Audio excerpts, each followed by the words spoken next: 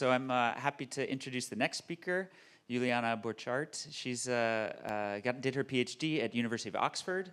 She was working on evaporation of halide perovskite materials, one of the early pioneers in this approach, which has become really popular now, especially for industrialization of perovskite photovoltaics. Then she did a postdoc combined between Cambridge and AMOLF, actually, so I got to know her also during this time really well. And after that, a really nice, successful postdoc she started at the Fraunhofer Institute of Solar Energy Systems, where she's leading the group who's researching perovskite materials and devices at Fraunhofer. So please, the floor is yours. Can I have the clicker? Thank you. Yeah, thank you very much for the nice introduction.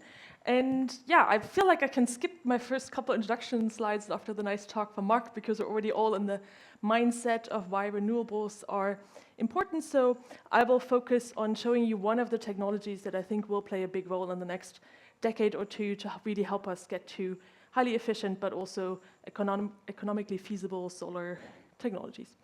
So I'm starting by introducing my research group. So you've got a photo here of them. We're spread across both the University of Freiburg and the Fraunhofer Institute for Solar Energy Systems. So that's why I have two logos the entire time to represent both institutions.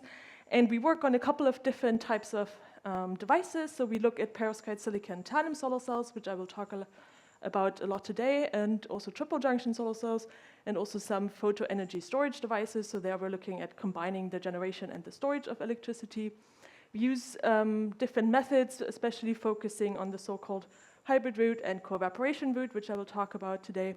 And then we have a couple of themes that we always have to keep in mind around film formation, the interfaces, and also scalability. So is the thing that we do in the lab actually feasible on a large scale, something we think about a lot as well. So yeah, just to get you thinking about solar cells a bit more, I brought a couple of unusual examples maybe of where they're installed. So this is not your classic system on a roof. So I've got an agri-photovoltaic system here. Some of my colleagues at Fraunhofer ISE are doing pilot systems with farmers to really see how can we get kind of a bonus out of land that's already used for agriculture by installing solar panels. We've got some really nice colored modules on our own institute buildings now, which is attractive for architects who may be more inclined to include a green or red or blue solar panel rather than a black one. And this is very recent installation on the football stadium in Freiburg, which now has one of the biggest solar installations in the region by covering the entirety of the roof. So kind of thinking about unusual roof spaces in this case and already planning the building so it has enough weight-bearing capacity to also take the extra load from the solar panels in this case. So solar panels are becoming more and more ubiquitous, and they need to become even more ubiquitous. We've seen some of those growth rates earlier, which are great, but need to continue to get us to a full transition as soon as possible. So I've got a similar graph a little bit to those exponentials we saw earlier. So this is the module production in different years, and you can see that in the early 2000s it was relatively small, and now we are at very large production capacities per year. The market is massively dominated by silicon, so modules made from silicon. You have this little slither of thin film here, that's cadmium telluride based solar cells, but basically the vast majority of the market is silicon. So if we're thinking about new technologies, we have to either compete with silicon or combine ourselves with silicon to be able to be successful. Silicon modules have also had an extreme price learning curve. So over the last decades, the price went down by about, once the production doubled, the price went down by 25%. So really driven by a lot of automation in industry, a lot of improvement of industrial processes, but also driven by the efficiency of the solar panels, because this is not the price per module, this is the price per watt peak, so per output. So if you have the same size of module and it's more efficient, then this is also going to help you drive down the price. So it's a mix of industry getting better at making them fast, but also the modules becoming more efficient.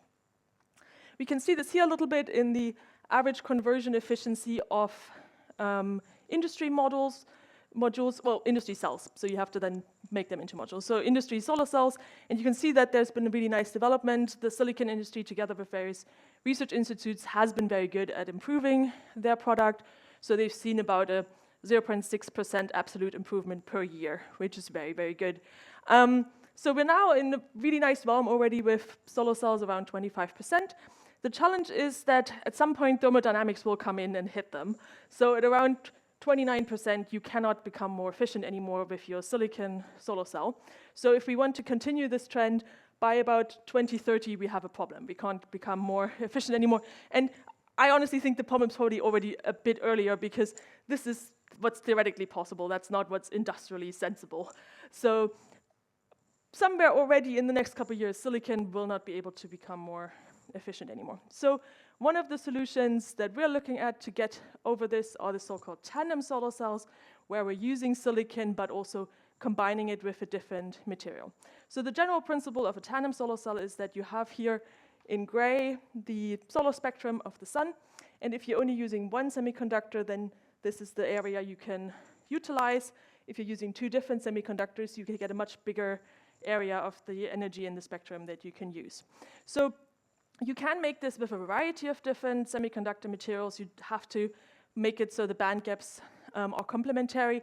And what we're looking at is really using silicon as the base and then putting a material on top to benefit from all the experience that already exists with silicon.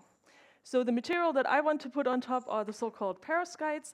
So this is the crystal structure of a perovskite material, and that's a very generic term. It's a whole class of materials that have this crystal structure, and the ones we particularly look at are the metal halide perovskites. So on this ABX3 structure, on the A side, they have a smaller organic molecule or cesium, and on the B side for the metal, they have lead or tin, and then on the X side, it's halides, so iodide, bromide, chloride. So the small organic molecules are really small enough that they can fit into the crystal structure as if they were atoms co-crystallizing in this crystal. So because it's such a class of materials and it's a whole zoo of different compositions, you can tune the band gap and other properties really nicely. So depending on what composition you pick and what mix of compositions you pick, you can get a whole range of different wavelengths in the emission, but also different absorption onsets for your solar cell band gap. This makes it an ideal material for tandems because you can look at your silicon, you can calculate what the ideal matching band gap would be in a tandem, and then you can look in this zoo of materials and kind of pick exactly the right one to properly complement the silicon. So this is what my goal tandem would look like. So my goal tandem obviously is on a large area, so it's not just small in the lab, but also large area methods. So you need scalable methods, you need high uniformity to be able to make that. You want to have a high efficiency, otherwise it's not really worth the effort. And then there's a whole question about stability. The perovskite needs to be stable, the transport layers need to be stable, and you have to have encapsulation to keep everything stable. I'm not going to focus on this topic today, but I will talk about the two top topics. I'm also showing here that there's a texture in the cell. So this is, if you're familiar with silicon, this is very common already, that they have these random pyramids at the top to help incouple the light better. And you can see it a little bit in this sketch. If you have light coming in, you get more reflections, you get more chances to actually trap it in your film and not just reflect it back out. We want to keep this structure, which is a challenge, because then we have to make the whole perovskite part of the tandem on top. But there are some calculations in this paper showing that this is beneficial to the overall efficiency if you're able to keep this textured structure. So that's one of the processing challenges. How do we get all these extra layers on top of this very rough surface? So there's a huge amount of different methods to make perovskite thin films. So one that's very common in research laboratories is the wet chemical route, where you're taking all of your precursors, dissolving them in a solvent, and then spreading it on your substrate. In this case, I'm showing spin coating, which is really only a lab technique. It's very nice for trying out different materials, trying out different additives, because it's a very fast method. If you wanted to do this on a larger scale, you would have to switch to other methods like spraying, doctor blading, inkjet printing. But for the lab, it's a great method to try out different things. It has challenges, including that you need relatively aggressive solvents. So there's a lot of discussion going on around kind of green chemistry and are these solvents replaceable. And then the other problem is that for my gold tandem, you can't really deposit onto these big pyramids with solution processing. So it's very, very challenging to get uniform films. You get the pyramids sticking out at the top, which then once you put your contact layers, you'll just create shorts and you will not get a functioning device. So solution processing on textured silicon is very hard and hasn't really been demonstrated in a feasible way. So then the other extreme is co-evaporation or fully evaporated routes, where you don't deal with solvents, you instead have a vacuum chamber and you evaporate all of your precursors in there. This works very well on pyramids, so you can do very conformal coating on textured substrates. It does have some challenges around the evaporation of the organics, so in this case formamidinium iodide, very low evaporation temperatures can potentially decompose, and it's very possible in the lab, but there are some question marks about how do you do this on an industrial scale without decomposing this material. So it has its own challenges. But I do want to go a little bit more into this technique. So the advantage is that you don't have to deal with solvents, you don't have to worry about the aggressive solvents you're using. You can control your film composition by controlling the rates, and you can also control the thickness by controlling the rates. And physical vapor deposition is an industry technology that has been used for a lot of things, including the deposition of semiconductors. So CIGS, cadmium telluride, and other semiconductors have been demonstrated with this technology. So in principle, it should be possible. It has to be transferred to this particular material, but it has been demonstrated in principle that you can get very uniform coating with this. I mean, the metal inside of a crisp package, like if you have some chips or something that you're eating, that is made with physical vapor deposition in vacuum. So it is definitely possible. It's just the question if we can transfer it to this material system. So you can get very nice films with this. So this is an example from some work I did in Oxford, where this is an 8 centimeter by 8 centimeter film, and the thickness only varies slightly between the middle and the edges. And this is mainly due to the fact that it's a small laboratory system. If you were doing this on a larger scale system, you would be able to make this even more uniform. It's very uniform on the microscopic level, so it's very smooth surfaces. So this is deposited on a only minimally textured substrate, and you get very uniform films, very uniform film thicknesses. You don't have any problems with holes in there or anything like that. So you can make really good solar cells with this. It's also a technique that has enabled a lot of fundamental science studies. So here's one example where we used the physical vapor deposition to make very thin films, which could then be directly used in electron transmission microscopy. And we were able to get atomic resolution TEM images here. So you can see individual atoms in their grid. You can look at things like grain boundaries and stacking faults and so on. So this was something that was really enabled by this technique and by the fact that you can just downscale the thickness, which is much harder to do in solution processing, where you end up not getting a uniform film anymore below a certain thickness. So yeah, very nice technique. As I said, it has its own challenges. So what we're looking at now is combining both of these techniques and kind of borrowing the best from both worlds to use the so-called hybrid route, where in the first step we co-evaporate in vacuum, but only the inorganic materials. So we get a nice uniform scaffold over the pyramids, and then in the second step we infiltrate that with the organics that we need. So we get the nice conformal coating from the evaporation. We don't need the aggressive solvents because we're only dissolving the organic materials, which are much easier to dissolve. You can use like alcohols and things like that. And we're retaining that structure that we've made in the initial evaporation.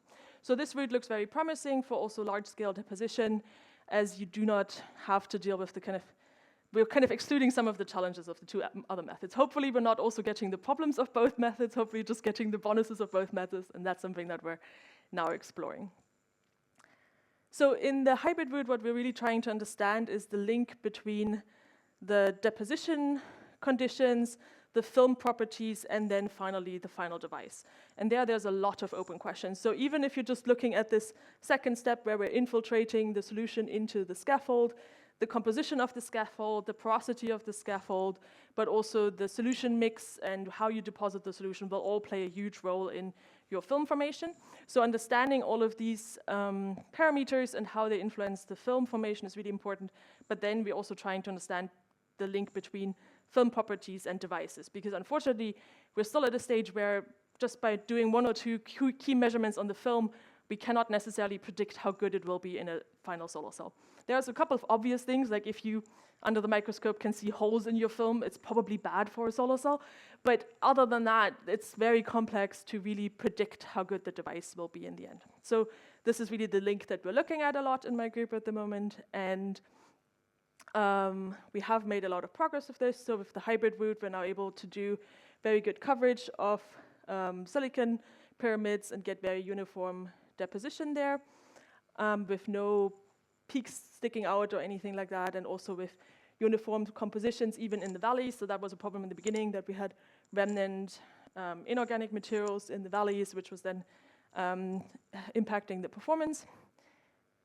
And now we're really looking at how different things influence the film. So for example, this is the rate between the two different inorganic precursors, or actually a couple of variety of them, so lead versus bromide in this case. And you can see that as you change these ratios, you can change the band gap, but you're also changing the film morphology. So in this regime where, in this regime you're getting this dendritic growth, this really rough surfaces, and it's going to be a problem when you put the next layer on top, because it's just all going to poke through and you're not going to get uniform films for the next layer. So as you're trying to tune your band gap, you're also changing something about the growth dynamics. And we don't really know what the change in the growth dynamics is, but we do see the results that it does massively change the morphology. Whereas if you're in the other regime, you're getting nice uniform films that are fairly smooth, and you can definitely grow another layer on top. So this is the kind of information that's really important for us to then know, okay, I can't really go into this regime with this approach. If I need this band gap, I have to go there differently, and so on. So to really work out where you have to be to make good quality films.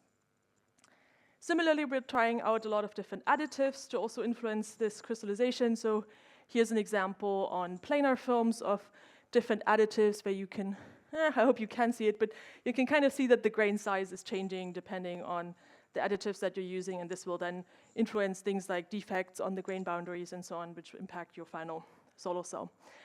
We took the same additives then across to the texture, and you can see that it not only changes the grain size, but in some cases also kind of leads to a smoothing out and a bit of a sagging into the valleys, which we didn't necessarily want. So here we had to really fine-tune annealing temperature versus additive, because we realized that the additive was changing what the ideal annealing temperature for this material was, and if you anneal it too much, it kind of melts a little bit into your valleys and you lose some of this conformality. So that was something we had to then readjust. So we're really learning that you change one thing and everything else kind of changes. So really trying to map out the parameter space so we know better what changes in, for example, additives will then need what adjustments, for example, in the annealing temperature. So when you take all of the learnings from this and make the kind of best of solar cell, you end up with something like this. So you can see here in the cross-section that we have really nice coating over the silicon pyramids, not only of the perovskite film, but also of all the contact layers that also nicely follow the structure.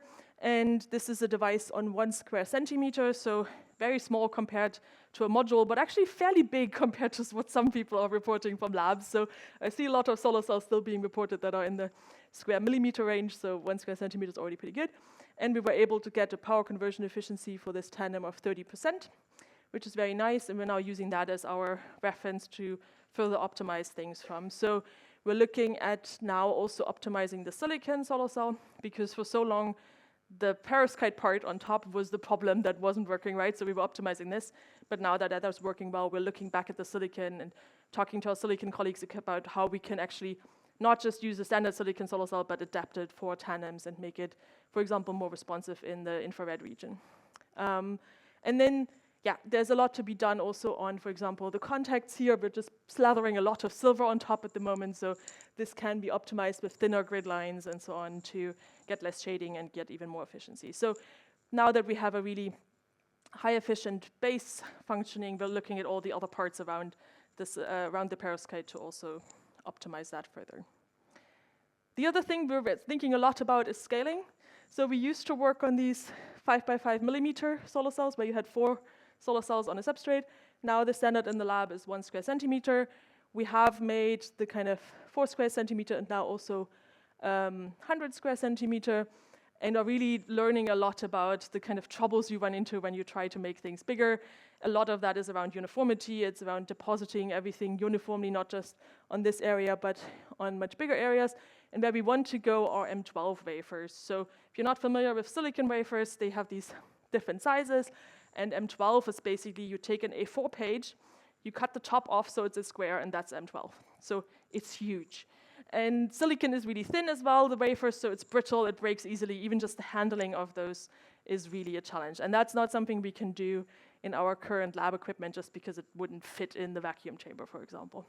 So what we're doing at the moment, I want to highlight this perspective paper written by a bunch of people in the evaporation community about the kind of scalability and what the challenges really would be for an industrial size. So a lot of things about deposition rates and what speed can you get to and things like that. Really interesting paper that also includes an industry survey where they asked industry companies what they need and what their plans are and so on. So highly recommend looking at that. Gives a really nice overview about some of the scaling challenges. What we're doing now is really trying to make the step from the Perovskite Silicon Lab, as we call it, to Perovskite Silicon Scale. So Perovskite Silicon Scale is a project funded by the German Ministry for Economy and Climate Action, who have given us money to build up basically what amounts to a small pilot production line. So the idea is to get really industrially relevant processes on industrially sized machines.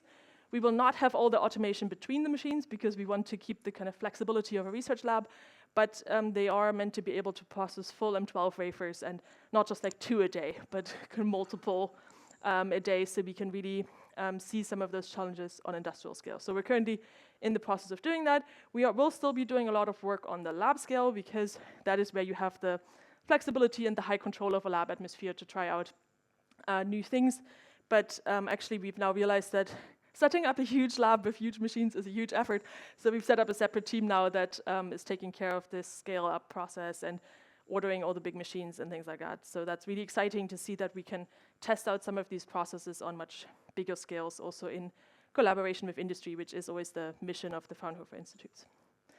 Then the other really interesting thing that we're looking at that is beyond tandem are the triple junctions. So there we're going one step further and we're saying, well, why only use 2 semiconductors? Let's use 3. And the logic behind that is basically this calculation here where this is with a fixed silicon, so we're always assuming that silicon is the bottom here. And if you increase the number of junctions, so the number of semiconductors, your potential efficiency does go up. You get diminishing returns, so I don't see us trying to do 4 or 6 junctions because it's just not that much of a return anymore, but the triple junction is still very interesting because it has a higher potential and it's a nice test platform as well for us to try out different semiconductors. And as you see, you can cover then even more of the solar spectrum. So there you have to think again about what band gap you need. So for the tandem matched with silicon, you need somewhere between 1.6 and 1.75 EV as the band gap. If you're going for the triple junction, then you need a lower band gap for the middle and a higher one for the top. So you need different perovskite compositions to do this. And this is quite challenging because everything has to be compatible in the processing. Your top perovskite cannot be processed with the same solution as the middle perovskite. You'll just redissolve everything and destroy your middle solar cell and things like that. You need stable perovskite absorbers, which in these band gap ranges is even more challenging. And then it's actually not that trivial to measure in the end because your regular like EQE and JV measurements that you do for a single junction cell don't really work the same way on a triple junction. So we are working really closely with our characterization colleagues as well to do this. Luckily, they have a lot of experience from characterizing 3-5 semiconductor multi-junctions. So they were really able to help us a lot there to get clean EQEs and properly measure the performance of the cells, which is really important because with these 3, you have to match them to each other. So you have to know which one is blocking you. You have to know which one is underperforming. And that's not trivial to measure. So what we were able to do so far is actually making a functioning triple junction, which was the first challenge to get it to work at all. So it has a nice JV curve now. You can see the different absorption areas. And it has a very high voltage, so 3.1 volts coming out of one small solar cell. So that's extremely promising. We do need to improve the current further to get better efficiencies, but 20% is pretty solid to show that it is a working device. You don't have just huge shorts in there or anything like that. You can see that it's nicely stacked on top of each other, so this took a lot of effort by the PhD students involved to really get the two separate cells processed on top of each other without destroying anything underneath. And if you're familiar with these kind of graphs, ideally in a good tandem or triple junction, you want the areas under each of these colored graphs to be the same. That's not the case. You can already from this guess which one is blocking us. So the middle cell is underperforming at the moment. It's not generating enough current, and it's dragging the rest of the device down. So this is what we're optimizing next to improve the middle solar cell and get the efficiency up overall. But we're really happy already that it works at all, because that was quite the challenge. One thing you can see both in the SEM and in the sketch that we're further away from my goal again. It's not textured, because the processing on the textured with all of these layers was an extreme challenge. So we kind of made a bit of a step back to planar, and now are looking at, okay, how can we get to a full texture again to get this in-coupling? But for the moment, it was more important to get all the contact layers right and things like that to know which materials we need. And now that we have the right materials, we can slowly go back to texture. Yeah, so I've shown you that evaporation methods are very promising for scaling and also for some scientific studies. I've talked about my goal tandem and what I would like that to look like. I've talked about scaling and some of the challenges there, and then I've shown you some of the triple junction efforts that we're also now looking at. If after my talk and Monica's talk you haven't had enough of evaporation yet, you're also very much invited to the Perovskite Evaporation Conference in September. That's happening in Rome. It's a free conference for one day. It's right after a PSCO conference. So if you're already in Italy for PSCO, come over for the Perovskite Evaporation Conference as well. And with that, I want to thank all of our funders and my group again, and you for your attention.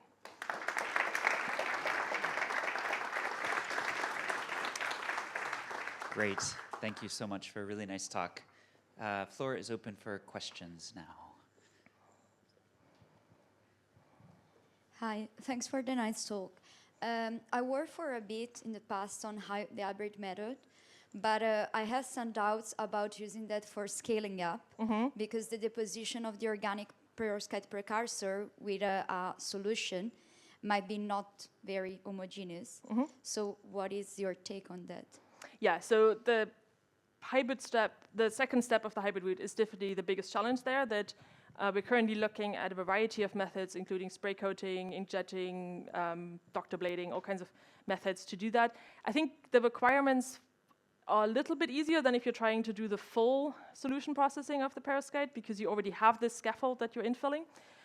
So yeah, that's definitely a huge challenge. And ideally, if we could get the FAI to evaporate, well, I would just do full evaporation for the scaling, but that is also a challenge. So we're kind of doing them in parallel a little bit to kind of not put all of our eggs in one basket.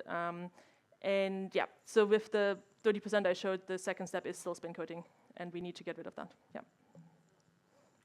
Thanks, Juliana, for a really nice talk. I had a question also with the hybrid route. You were showing how the parameter space from evaporation can affect how conformally the layers can form. But you just said that the choices of solvents are much easier. So I was wondering if you had to also optimize the solvents, and ideally what solvent was giving you this nice conformal layers. So the choice of solvent isn't necessarily easier. It's just that they're not as toxic, the solvents that you can choose. So you don't need DMF and things like that. So we work a lot with the different alcohols, so isopropanol, ethanol, methanol. It's in the paper. I think in this case it's ethanol, but I'm not entirely sure. I'd have to check the paper. But yeah, it's definitely, it's an easier set of solvents to work with. It's not necessarily easier to find the right one, but they're at least not as environmentally problematic. Yeah. Margarita, please. It was very interesting to see the texture of tandem cell. Okay. Here, use this one. I was wondering, you said you wouldn't talk about durability, but it's a huge obstacle in perovskite, so I was wondering if you can say a few words about that. So the reason I didn't include it in the talk is that I'm not happy yet with the way we measure stability in our lab, so it's not as rigorous as I would like it to be, which is why I didn't include the data. But yeah, stability is a huge issue, and to me there's kind of two ways to look at it, which I think we need both of them. So one is the perovskite itself needs to be more stable, so the perovskite, the contact layer, is the actual material stability. And I think there's been a lot of recent publications on that with nice additives, nice ways to improve the stability of the actual device. And then the second thing you need is good encapsulation. So you have to adapt your encapsulation to let even less moisture and things like that in. So I think we'll need both. I think there's progress on both.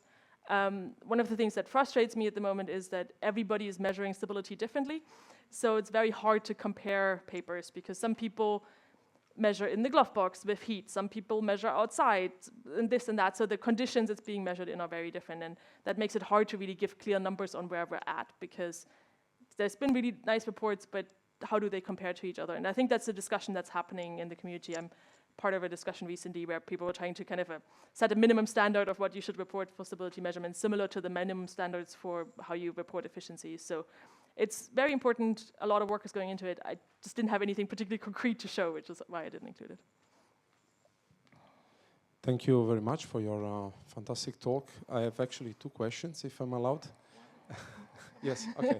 So the first one would be, in your 3 routes, you have, regarding evaporation, you have co-evaporation and also sequential evaporation. Mm-hmm. And of course, one problem that you have highlighted is the evaporation of organics. Mm-hmm. Do you see the sequential evaporation as a way how to shortcut this problem? And can you comment perhaps on the industrial uptake of sequential evaporation instead of co-evaporation?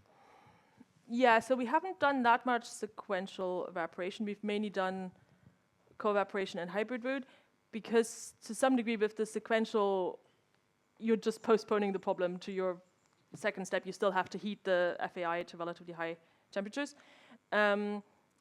And there, it's even more critical in which order you do things. So I've recently seen a paper where they put the organic first and then the inorganic and got huge holes in their film and so on. So it's a whole nother different optimization, which for industrial processes may be more feasible, because you're kind of, if you're thinking about like a line process where you're pushing a substrate through a line, then you could have separate sources behind each other. Yeah, I don't have a strong opinion on that yet. We'll see. Yeah, thank you for a very nice talk, Juliane. I have to ask this question, lead, right? Both in terms of leaching in the environment as well as, recycling these parts of the cell after lifetime. Because when you're thinking about scaling up, these problems also come up. So what do you do about it? Yeah, it's a complex topic. So I think for a couple years ago, people were trying quite hard to find alternatives to lead, so using tin instead and other materials. This hasn't really been that fruitful in terms of efficiency. And also you have to question if replacing lead with tin is really that helpful, because tin is still bad for the environment. So I think if we want reasonable efficiencies, we're stuck with lead. So for me, one important factor is that these are very thin films. So the amount of lead in the actual solar panel in the end is less than it is now, because they're also using lead solders now and so on. This isn't entirely honest, because these are much more soluble compounds than the lead in the solders. So I think what we need to do is similar with the stability. We need to get the film itself to be reasonably stable so it doesn't immediately come out. And then the other thing is containment. So things like the encapsulation, but also special layers that would, in case things do get wet, would capture the lead and things like that. So that's definitely something that's being looked into.